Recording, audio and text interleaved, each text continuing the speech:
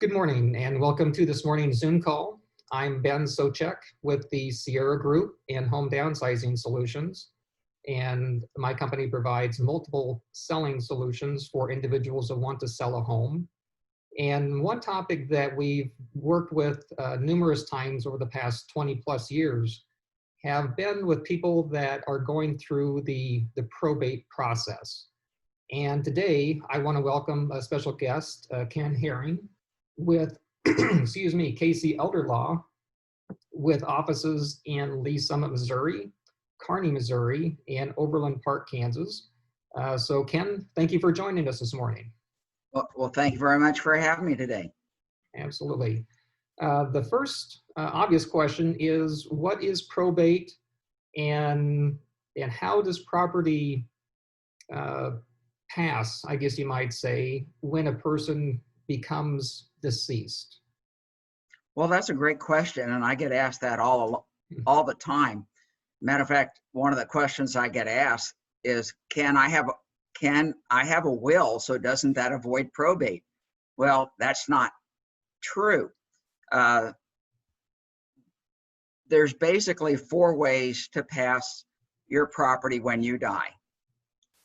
Anything that's just in a person's name alone, without anybody else's name on the account, title, or asset, goes by court order through the probate process, whether you have a will or whether you don't have a will.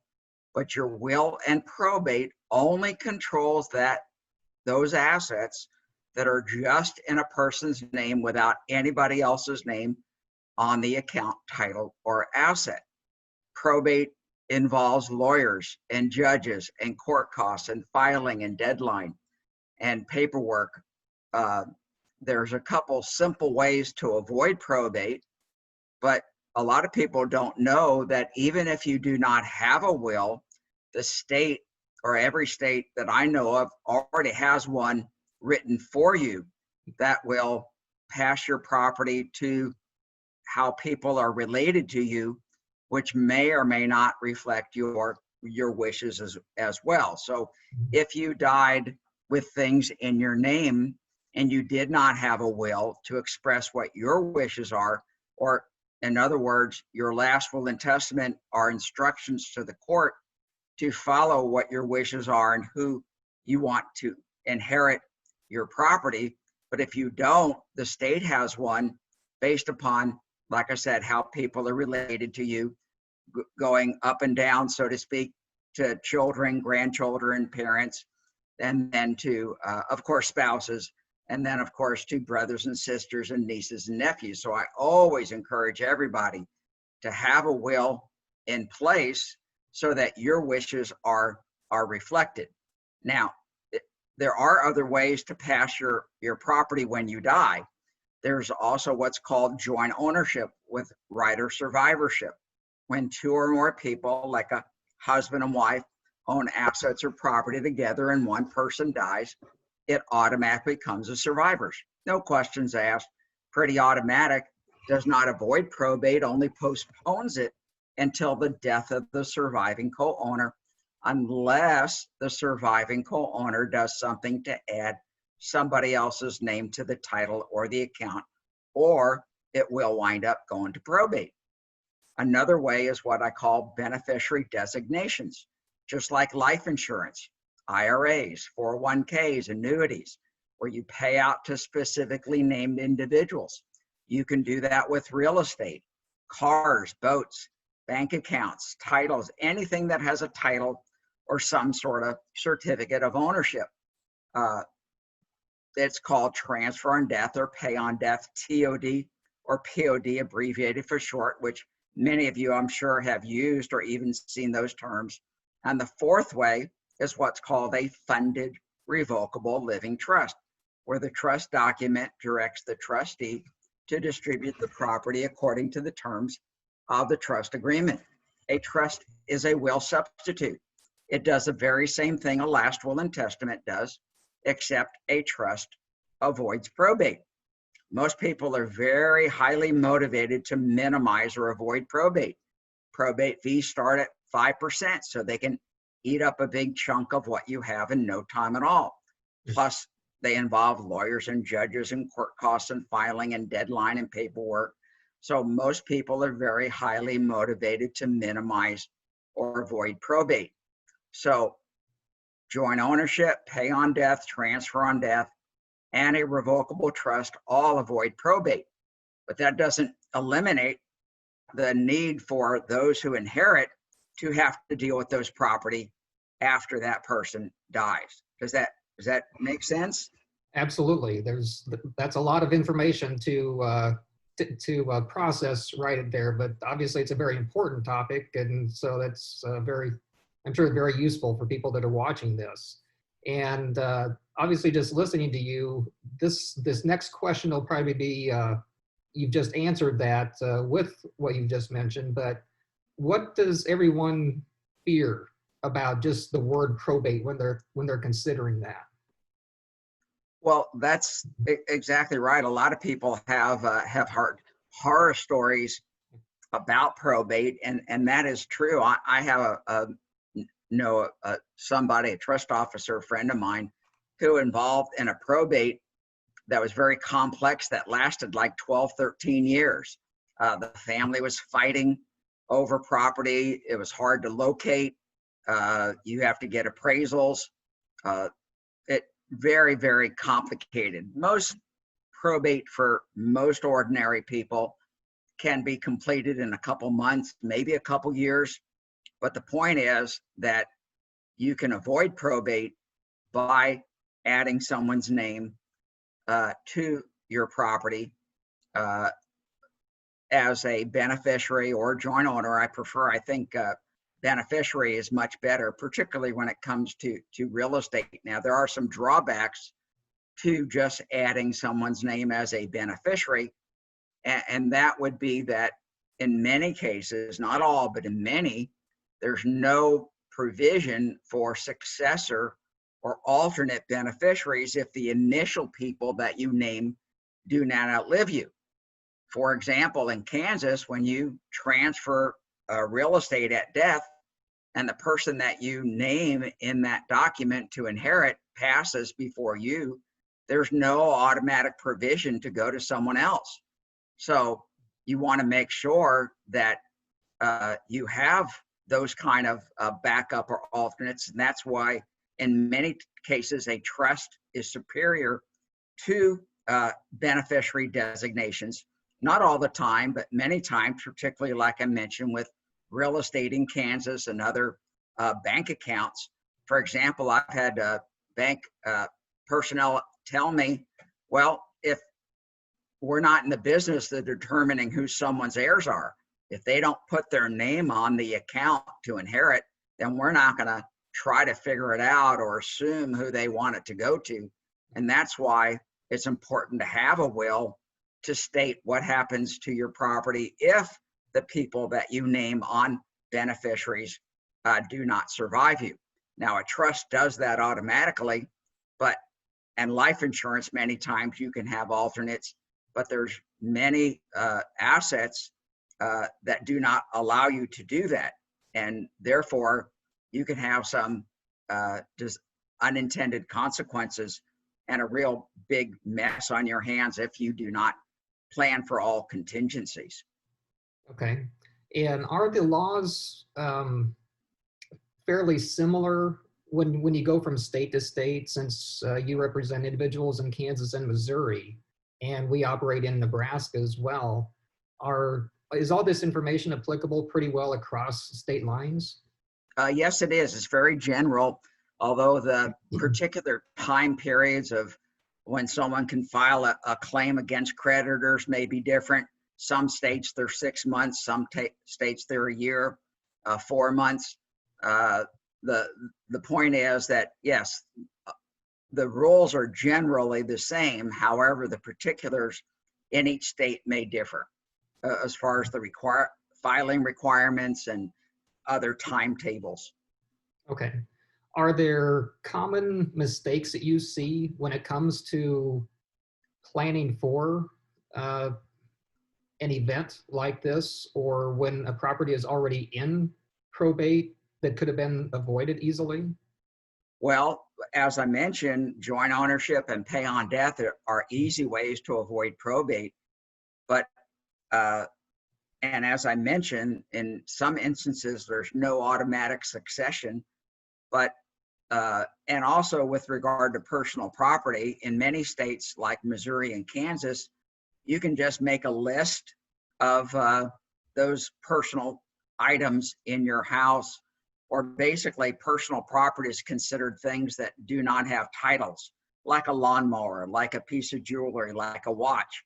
And so if you want those to go to any particular person, it's important to make those provisions, and you can make a list. I've known people to put stickers on things. I knew one family that had a monopoly auction for all the personal property in the house. And it really depends on the family. I had one situation many, many years ago where the mom did all she could to leave the bulk of her assets to her two daughters. However, they couldn't get along, and they could not be in the house at the same time to determine who got what. And they would fight over every single thing that their mom had as far as personal property in the house. Matter of fact, I had one situation many years ago. Mom had a mink coat, and the daughters both wanted it, and they both wouldn't budge. And finally I had to say, well, you know what? Neither one of you are going to get it. I'm just going to sell it because you can't decide who gets it. So those are the kind of things, a lot of it are just families who can't get along or fight over things. And so the more you can do to express what your wishes are on who gets what, even if it is personal property, like a piece of jewelry or something else like that, do all you can to make a list or somehow communicate that to somebody else. Okay.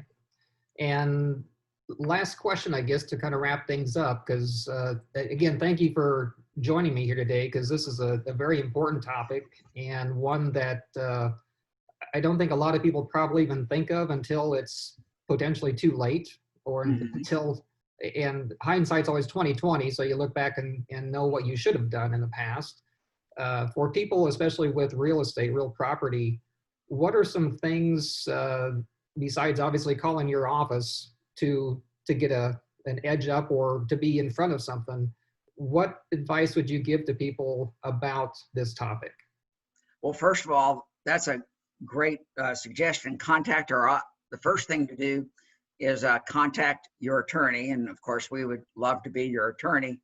But with regard to real estate, it's important to have some, usually like as a parent, a grandparent, and a lot of times the children or the grandchildren are really, they don't have a good handle on what the assets that the parent or grandparent may have. So it's kind of being a investigator, a sleuth, try to find things out. A lot of times you can do that by getting bank statements in the mail, and working with someone who realizes that there may or may not be a close relative in town. So you want to work with somebody who's, of course, trustworthy and understands all the issues with regard to selling personal property as well as real estate. So even if the property passes outside the will, like beneficiary designations or a trust, and it is put up for sale, it could be sold by the trustee or by the beneficiaries. And it's important to work with somebody who understands all those issues and access to the house and dividing the personal property. So there's a lot of trust involved and a lot of work involved by the person who's stepping in or stepping up to the plate to help with that. And if I'm correct, and I should know after 20 plus years, that's an executor that is, if something is in probate, then that executor is the one tasked with liquidating or distributing those items. Is that accurate with that? Yes, that's exactly true. Although I will say this, and another misconception is I have people tell me, someone said this the other day. He said, well, I'm appointed mom's executor. Well, first of all, the only person who can appoint an executor is the court. And once again, if there's no assets subject to probate, then there's no executor appointed. And it's usually the task that falls upon the person who's distributing the assets, either by, like I said, transfer on death or joint ownership. And they are the ones who will pay the bills. So let's say mom and daughter have a bank account together. Mom passes, the account now belongs to the daughter, and she'll be responsible to pay mom's bills and wrap up her affairs and maybe see that the things in the house are divided and distributed between other family members. I have, this is kind of off the subject, but a lot of times I'll get a call that goes something like this. My sister's on the account with my mom, and doesn't she have to share that with us or with me? No, it doesn't matter what the will or trust or the estate plan is. It's how the bank accounts are titled. And in most families with multiple children, where one may be on there for convenience because the others live out of town, it's kind of understood they're supposed to split it or share it the others, but that doesn't always happen. That's what I call unintended consequences. So a lot of times, I guess what I'm saying is it'll go as smooth as the family dynamics allow, and as ugly, so to speak, as the family dynamics. So most families get along fine, but you'd be surprised at how ugly things can be once a parent has passed, and the siblings have to work things out. Matter of fact, the worst situations I've found are blended families, and you would be surprised at how often when one spouse passes, the surviving spouse is ready to cut out the stepkids. And so I always tell people that can happen, and you need to make provision and work with somebody who understands all those contingencies that can happen. I don't know if you want me to go any give you an example, but that really is difficult to work with. I could understand that would be a unique, not very unique anymore, obviously, but it's certainly a challenge that you wouldn't expect necessarily. So, exactly right. Yeah. Well, thank you again, Ken, for joining us here today. And what is the best way for someone to contact you or your office if they'd like more information on this? Well, thank you. The name of our law firm is Casey Elder Law. Our phone number is 913-338-5713, 913-338-5713. And our website is Casey Elder Law, CaseyElderLaw.com. And we have a lot of information, not only with regard to probate and asset distribution, but asset protection planning if someone needs long-term care. So there's a lot of information on our website about Alzheimer's and nursing home and assisted living and veterans benefits, which I help a lot of veterans get benefits that they're maybe not aware of. So there is a lot of information on our website, Casey Elder Law, and our phone number is 913-338-5713. And I or anybody else in the office would be glad to help any way we can. Very good. Thank you for the opportunity to talk with you today. Absolutely, Ken. Thank you. And hopefully, I'm sure a lot of people watching this will get a great benefit out of it. And certainly call Ken or Casey Elder Law for more information if you have any additional questions. Thank you and have a great day. Okay, thank you very much. You too. Bye-bye.